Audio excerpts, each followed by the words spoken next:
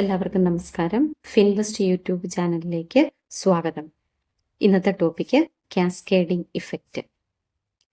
Cascading effect എന്ന് പറയുന്ന മറ്റൊരു പേരാണ് ടാക്സ് ഓൺ ടാക്സ്. അതായത് ഓരോ സ്റ്റേജിലും പ്രൊട്ടക്ഷന്റെ ഓരോ സ്റ്റേജിലും ടാക്സ് ഈടാക്കുന്നതിനെയാണ് കാസ്കേഡിംഗ് ഇഫക്റ്റ് എന്ന് പറയുന്നത്. അപ്പോൾ ഇതെന്താണെന്ന് നമുക്കൊരു എക്സാമ്പിളിലൂടെ നോക്കാം. അതിനുശേഷം മീനിങ്ങിലേക്ക് നമുക്ക് വീണ്ടും തിരിച്ചു വരാം. ഇവിടെ ഒരു മാനുഫാക്ചറർ 1000 രൂപയുടെ ഒരു റോ മെറ്റീരിയൽ മേടിക്കുന്നു. ആ റോ മെറ്റീരിയലിന് 10% ടാക്സ് കൊടുക്കുന്നു. അപ്പോൾ അതിൻ്റെ ഇൻവോയ്സ് പ്രൈസ് 1100 രൂപയായി മാറുന്നു.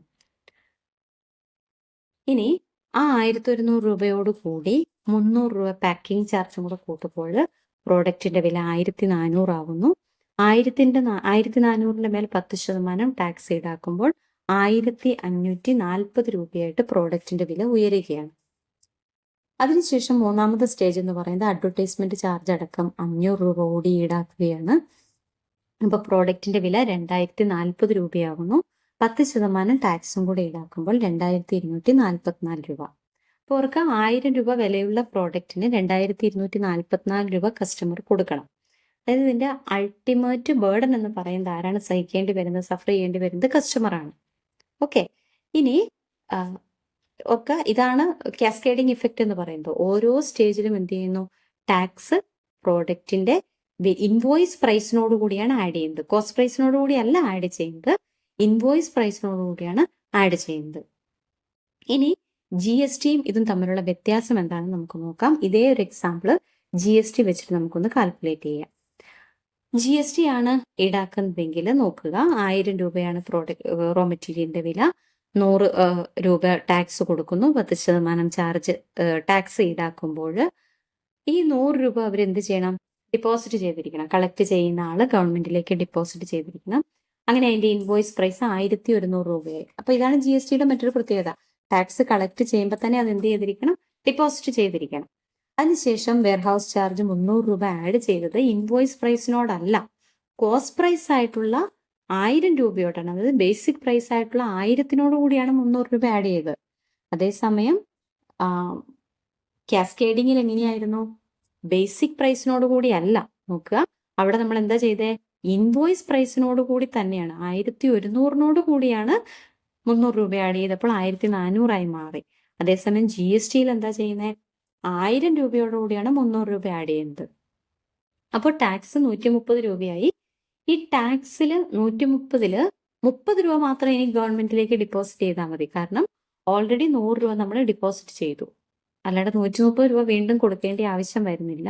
ഇൻവോയ്സ് പ്രൈസ് എത്രയായി മാറി, 1430 ആയി. അതിനുശേഷം വീണ്ടും 500 രൂപ അഡ്വർടൈസ്മെന്റ് കോസ്റ്റ് ആഡ് ചെയ്യുന്നു. അപ്പോൾ പ്രോഡക്റ്റിന്റെ വില 1800 ആയി. ബേസിക് പ്രൈസ് 1800 മാറി അല്ലെ.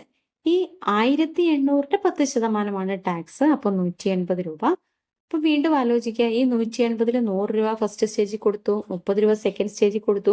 ഇനി ടാക്സ് ആയിട്ട് നമ്മൾ എത്ര രൂപ കൂടിയേ ഡിപ്പോസിറ്റ് ചെയ്യാനുള്ളൂ, 50 രൂപ കൂടിയേ ഡിപ്പോസിറ്റ് ചെയ്യാനുള്ളൂ. അപ്പോൾ 1800 പ്ലസ് 180, അങ്ങനെ 1980 രൂപയാണ് ഇൻവോയ്സ് പ്രൈസ് വരുന്നത്. അപ്പൊ 1000 രൂപ വിലയുള്ള പ്രോഡക്റ്റിന് കസ്റ്റമർ എത്ര കൊടുത്താൽ മതി, 1980 രൂപ കൊടുത്താൽ മതി. അതേസമയം നോക്കുക, കാസ്കേഡിംഗ് ഇഫക്റ്റ് ഉള്ള സമയത്താണെങ്കിൽ 1000 രൂപ വിലയുള്ള പ്രോഡക്റ്റിന് എത്ര രൂപ കസ്റ്റമർ കൊടുക്കേണ്ടി വരും, 2244 രൂപയാണ് കസ്റ്റമർ കൊടുക്കേണ്ടി വരുന്നത്. ഓക്കെ, അപ്പൊ ഇതാണ് എന്തെന്ന് പറയുന്നത്, കാസ്കേഡിംഗ് ഇഫക്റ്റ് എന്ന് പറയുന്നത്. ഓരോ സ്റ്റേജിലും എന്ത് ചെയ്യുന്നു, ടാക്സ് ഈടാക്കുന്നു. നമുക്കൊന്നും കൂടെ അതിന്റെ മീനിങ് എന്താണെന്ന് നോക്കാം. അപ്പൊ കാസ്കേഡിംഗ് ഇഫക്റ്റ് എന്ന് പറഞ്ഞാൽ it is A tax on tax. Product moves through various stages. Product ഓരോ സ്റ്റേജിലൂടെ കടന്നു പോകുന്നതിനനുസരിച്ച് എന്ത് ചെയ്യുന്നു, ടാക്സ് ലയബിലിറ്റി കൂടിക്കൊണ്ടേയിരിക്കും. ഇപ്പൊ ടാക്സ് ഇങ്ങനെ അക്യുമുലേറ്റ് ചെയ്തുകൊണ്ടേയിരിക്കും.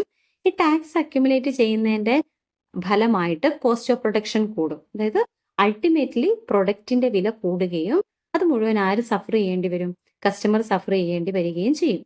ഇതിനെയാണ് കാസ്കേഡിംഗ് ഇഫക്റ്റ് എന്ന് പറയുന്നത്. ഈ കാസ്കേഡിംഗ് ഇഫക്റ്റിന്റെ ഇംപ്ലിക്കേഷൻസ് എന്തൊക്കെയാണെന്ന് നോക്കാം, ഇതിന്റെ ഇമ്പാക്ട് എന്തൊക്കെയാണെന്ന് നോക്കുക. ഒന്നാമത് പറയുന്നത്, കാസ്കേഡിംഗ് ഇഫക്റ്റ് കൊണ്ട് നമുക്കറിയാം 1000 രൂപയുടെ പ്രോഡക്റ്റിന് 2244 രൂപയായി അല്ലെ, നമ്മുടെ എക്സാമ്പിൾ പ്രകാരം.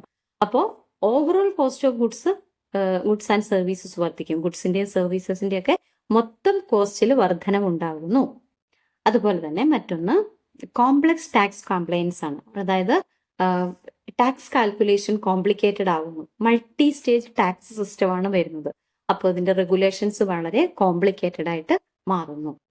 അടുത്തത് പറയുന്നത് റെഡ്യൂസ്ഡ് ഇൻവെസ്റ്റ്മെന്റ് ആൻഡ് എംപ്ലോയ്മെന്റ്. അതായത് കൂടുതലായിട്ട് ടാക്സ് വേർഡിങ് വരുമ്പോൾ, അതായത് ഓരോ സ്റ്റേജിലും ടാക്സ് ഇങ്ങനെ ഈടാക്കുമ്പോൾ നോർമലി ആളുകൾ ഇൻവെസ്റ്റ്മെന്റിനും എക്സ്പാൻഷൻ പ്രോസസ്സിനൊക്കെ ഡിസ്കറേജ് ചെയ്യപ്പെടും. എന്തുകൊണ്ടാണെന്ന് വെച്ചാൽ പുതിയ പുതിയ വെഞ്ചേഴ്സിലൊക്കെ ഇൻവെസ്റ്റ് ചെയ്ത് കഴിയുമ്പോൾ അവർ ടാക്സിന്റെ ഇനത്തിൽ അവർ കൂടുതൽ പൈസ കൊടുക്കേണ്ടി വരും.